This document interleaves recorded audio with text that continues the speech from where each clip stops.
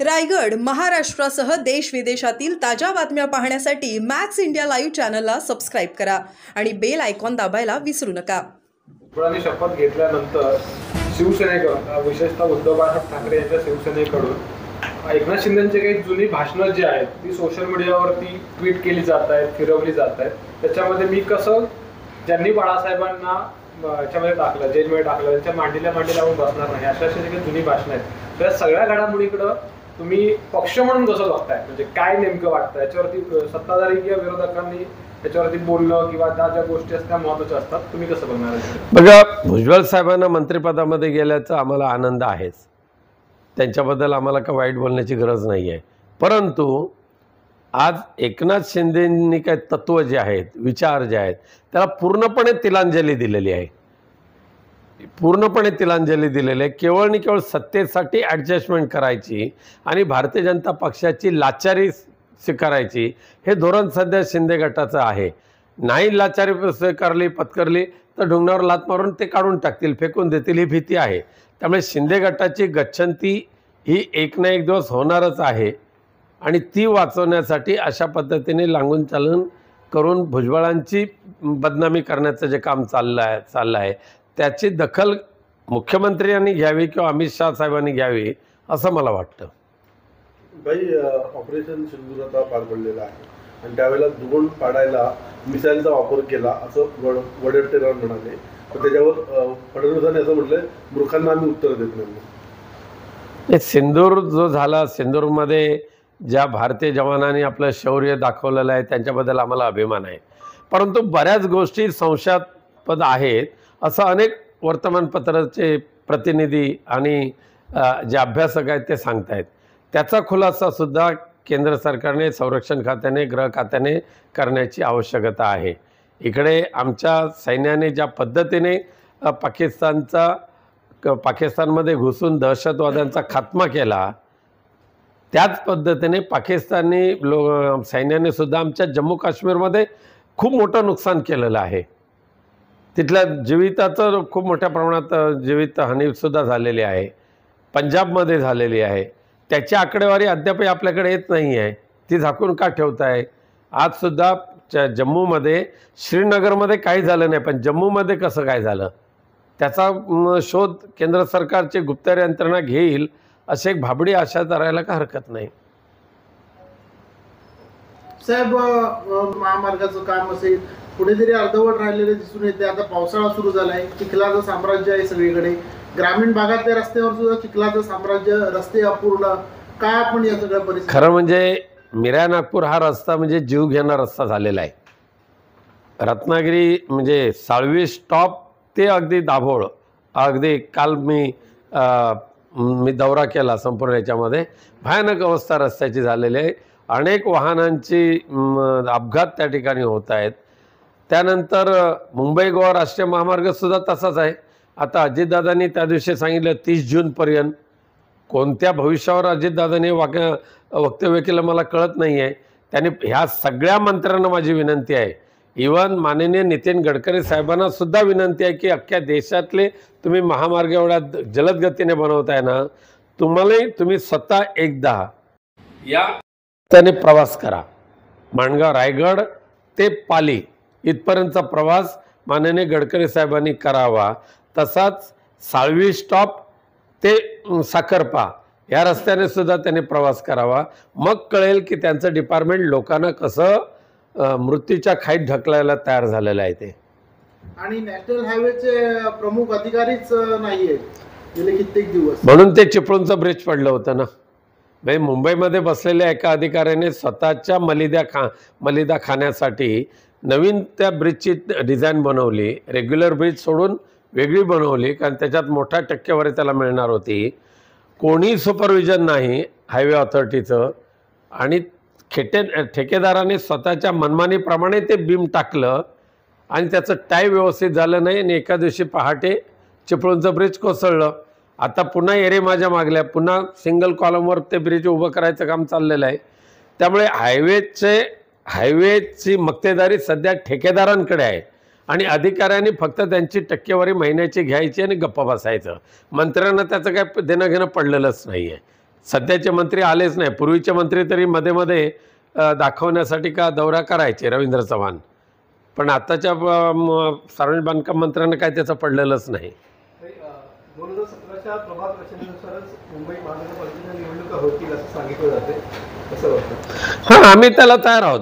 मुंबई महापालिका त्यांनी घ्यावी, आता पाऊस असेल तर पावसात सुद्धा घ्यावी, पण घेण्याचं धाडस दाखवत नाहीत. दुर्दैव आहे संविधानाचं की संविधानाने घालून दिलेला प्रशासकीय राजवटीचा कालावधी मोडण्याचं काम, तोडण्याचं काम जर कोणी केलं असेल तर एकनाथ शिंदे आणि देवेंद्र फडणवीस यांच्या सरकारने केलं. मुंबईसहित महाराष्ट्रातल्या सगळ्या स्थानिक स्वराज्य संस्था प्रशासकांच्या हातात आहेत आणि तिजोरीची लुटमार करण्याचं काम शासनकर्त्यांनी ठरवलेलं आहे. त्यामुळे मुंबई महापालिकेच्या मुंबईमध्ये सुद्धा लोकप्रतिनिधी नसल्यामुळे काय मुंबईकरांचे हाल होत आहेत हे मुंबईकरच जाणत आहेत. त्यामुळे कधीही त्यांनी घ्यावं. शिवसेना उद्धव बाळासाहेब ठाकरे निवडणुकीला सज्ज आहे. चालेल. वेगळ्यापर्यंत दौरा तुमचा बराच BSNLचा नेहमीच बोजवारा वाजलेला पाहायला मिळतोय. आज घरात घेऊन नेमकं काय इच्छा? खरं म्हणजे मी माझ्या खासदारकीच्या कारकिर्दीमध्ये शेकडोनी BSNLचे टॉवर, सुरुवातीला 3G नंतर 4G हे मंजूर करून घेतले. बऱ्याच गावांमधले टॉवर्स पाठीमागे पाठपुरावा करून उभे करून घेतले, चालू करून घेतले. परंतु दुर्दैवाने मागच्या 1 वर्षामध्ये सिंधुदुर्ग काय किंवा रत्नागिरी काय ह्या दोन्ही जिल्ह्यातल्या BSNL टॉवरचा बोजवारा हा वाजलेला आहे. पूर्णतः BSNL टॉवर्स हे निष्क्रिय झालेले आहेत. त्यामुळे लोकांनी जे BSNLचे कार्ड घेतलेले आहेत त्यांना कनेक्टिव्हिटी मिळत नाही, संपर्क होऊ शकत नाही आणि त्यामुळे ह्या कोलमडलेल्या BSNL यंत्रणेचा आणि उभ्या केलेल्या टॉवरच्या कार्यान्वित करण्याच्या संदर्भातला आढावा घेण्यासाठी मी आज BSNLच्या अधिकाऱ्यांना माझ्या पदाधिकाऱ्यांच्या समवेत भेटणार आहे. माझ्या समवेत आमचे जिल्हाप्रमुख दत्ता कदम असतील, आमच्या महिला आघाडीच्या उपजिल्हा संघटिका उल्का विश्वासराव आहेत, आमचे तालुका प्रमुख शेखर घोसाळे आहेत, आमचे विधानसभेचे संघटक तात्या सरवणकर आहेत, किरण तोडणकर, हे सगळे पदाधिकारी आम्ही संबंधित BSNLच्या ऑफिसमध्ये जाऊन रत्नागिरी जिल्ह्यातल्या BSNLची नेमकी व्हेंटिलेटरवरची प्रकृती आहे त्याची पाहणी करणार आहोत. सध्या पुण्यामधलं वैष्णवी जी हुंडा त्याच्यावर बळी पडलेली आहे, त्या संदर्भातली बातमी पुढे येते. राज्य महिला आयोगाने सुद्धा यासंदर्भात चौकशीचे आदेश दिलेले आहेत. कसं बघता याच्याकडे? कारण का राजकीयच याला सध्याच्या ह्या राज्यकर्त्यांच्या कालावधीमध्ये, खास करून पूर्वीच्या गद्दारांचं राज्यकारभार असो किंवा आता देवेंद्र भाऊचा कारभार असो, या ठिकाणी कायदा सुव्यवस्था ही पूर्णपणे कोलमडलेली आहे. महिलांवरचे अत्याचार एवढ्या मोठ्या प्रमाणात वाढलेले आहेत आणि गुन्हेगारांना त्याची अजिबात भीती राहिलेली नाही.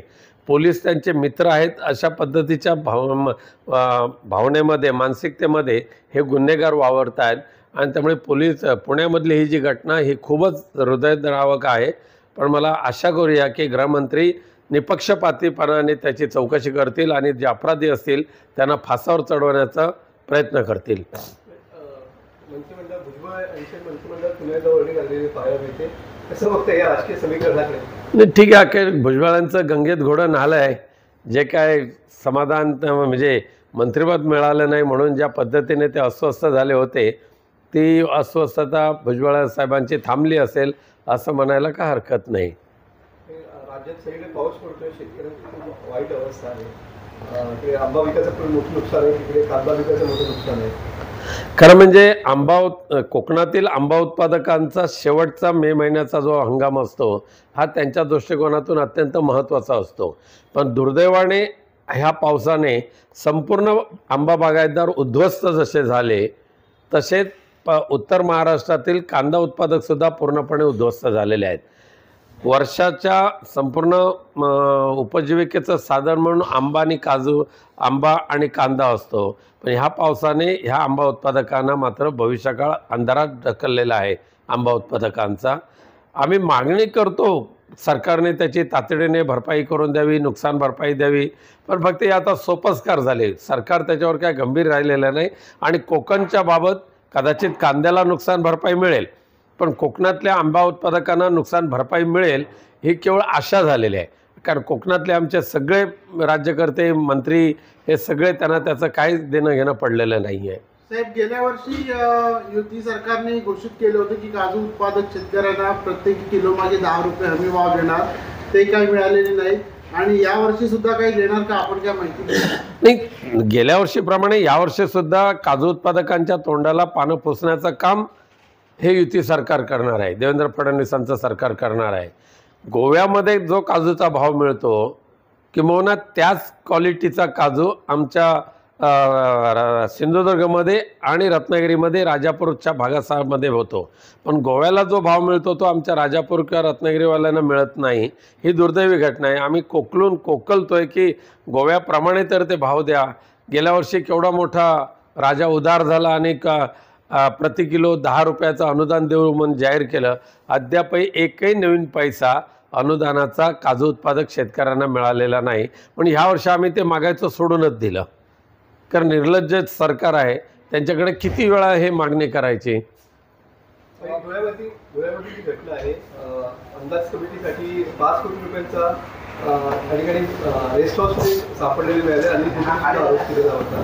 कसं बघता येईल? अनिल गोटेने सुद्धा खरं आहे ते. म्हणजे असं म्हटलं जातं की ह्या ज्या वेगवेगळ्या समित्या दौऱ्यावर जातात त्यावेळेला येणाऱ्या त्या पाहुण्यांसाठी कोट्यावधी रुपये, लाखो रुपये द्यावे लागतात म्हणून हे कलेक्शन केलं जातं. ही घाणेरडी प्रथा आहे, अत्यंत घाणेरडी प्रथा. राज्य सरकारने किंवा असेंब्लीने तयार केलेल्या ज्या कमिट्या असतील त्या कमिटीच्या अध्यक्षांची ती जबाबदारी असेल की आपल्या दौऱ्याच्या निमित्ताने अशा पद्धतीचं कोणताही गैरप्रकार होणार नाही याची तंबी त्या अध्यक्षांनी संबंधित खात्याला देण्याची आवश्यकता आहे.